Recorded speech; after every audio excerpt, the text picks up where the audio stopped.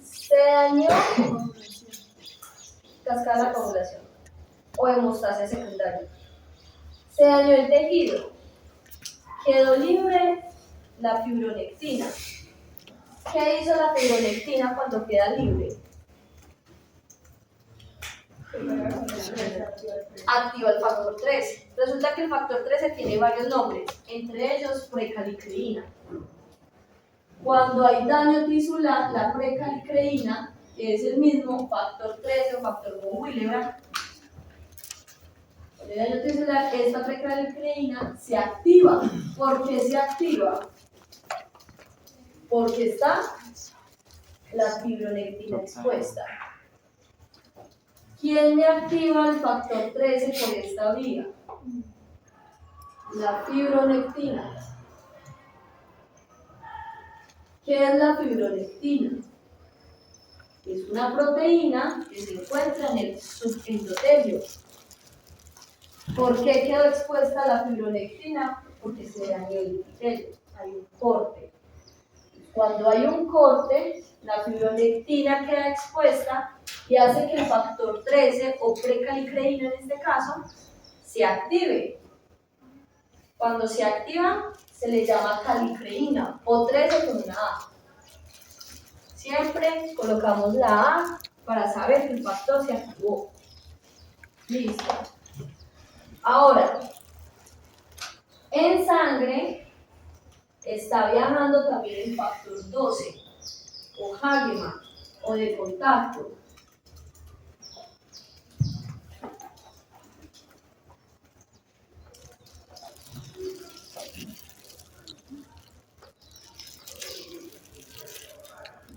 Vamos a poner los nombres, los vamos a poner en azul.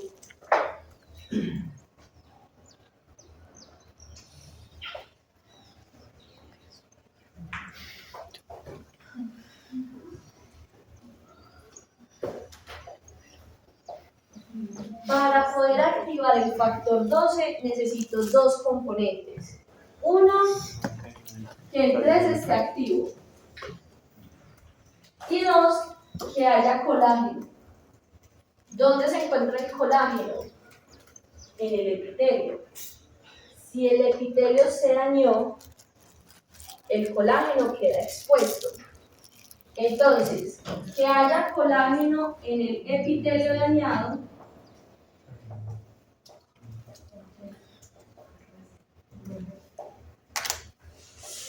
más la activación del factor 13 o calicreína van a hacer que el factor Hagemann o de contacto o 12 se active.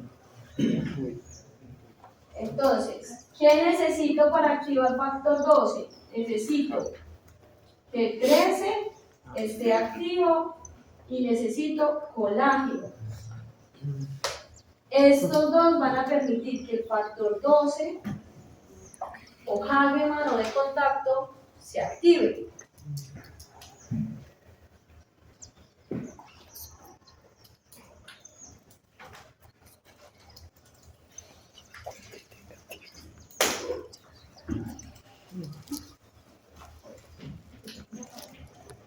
Necesito fibronectina y necesito colágeno. Si no hay eso, pues no hay activación de la cascada de la coagulación, que también es algo muy importante, porque si se activa constantemente, porque sí, pues me genera esos trombos que son súper peligrosos.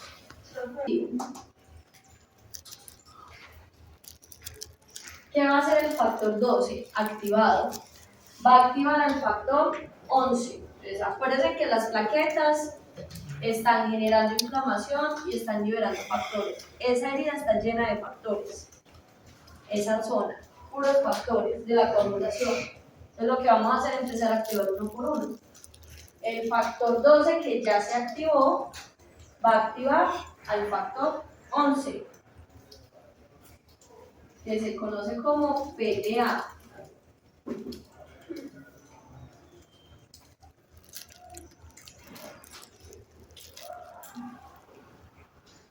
¿Qué necesito para activar el factor 11? Solamente que el 12 esté activo. Ya. Entonces, el 12 activa el 11.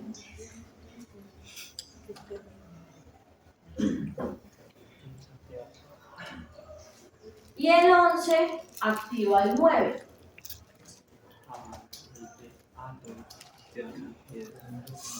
El 9 se llama, escribo eso, por acá, factor 9 es el factor 12. El factor 9 se llama antihemofílico B.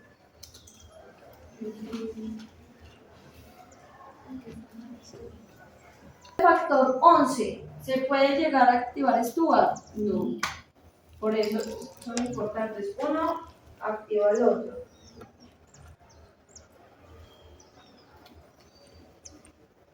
Estamos hablando de la hemostasia secundaria por vía intrínseca.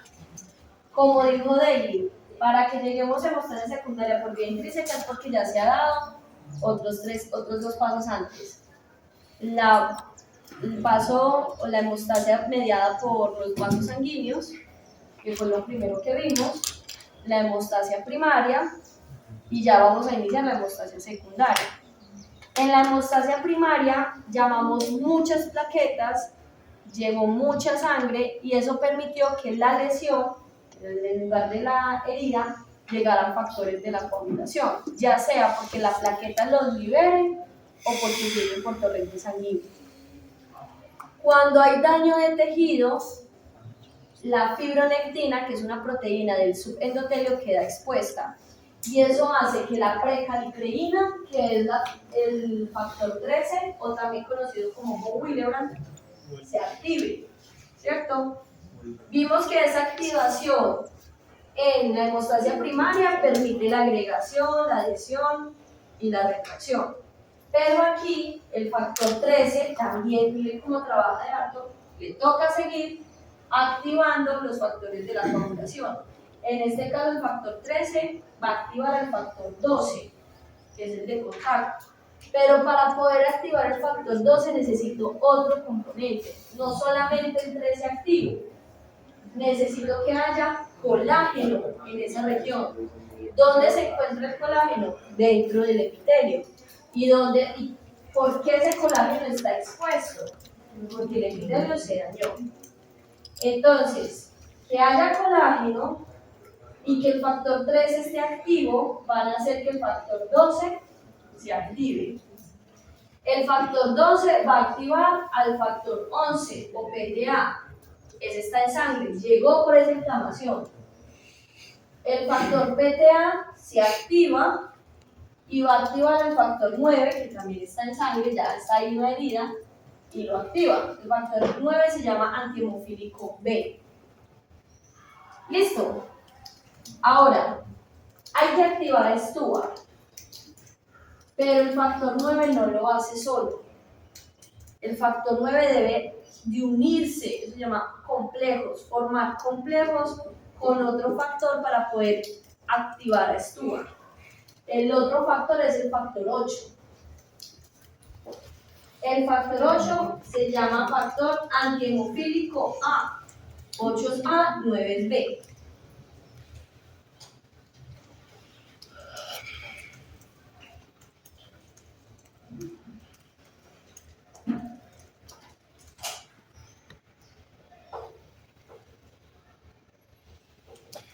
Ese factor 8 está ahí en la sangre, en la lesión. Para poderlo activar, él debe entrar en contacto con el factor von Willebrand. ¿Cómo activamos el factor von Willebrand? Él ya está activado por la fibronectina. Entonces, cuando llega el factor 8, el factor von Willebrand activa el factor 8. Entonces tengo el factor 8 activado. Se activó. Y tengo el factor 9 activado. Están los dos activos. Necesito que se unan. Para unir el factor 8 y el factor 9, necesito el factor 4, que es calcio. El calcio me permite generar los complejos, me permite unir factores. Entonces, por eso también es importante tener calcio. Si tengo un paciente con hipocalcemia, pues no me va a coagular. ¿Por qué? Porque el calcio va a permitir unir el factor 8 con el factor 9. Necesito que se unan los dos.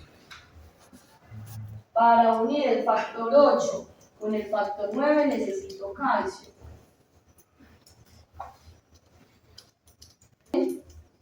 Y cuando ya están unidos, van a activar a Stuart.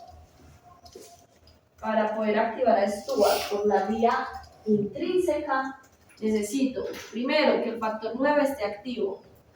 Segundo, que el factor 8 esté activo. Y tercero, que calcio me una los dos factores.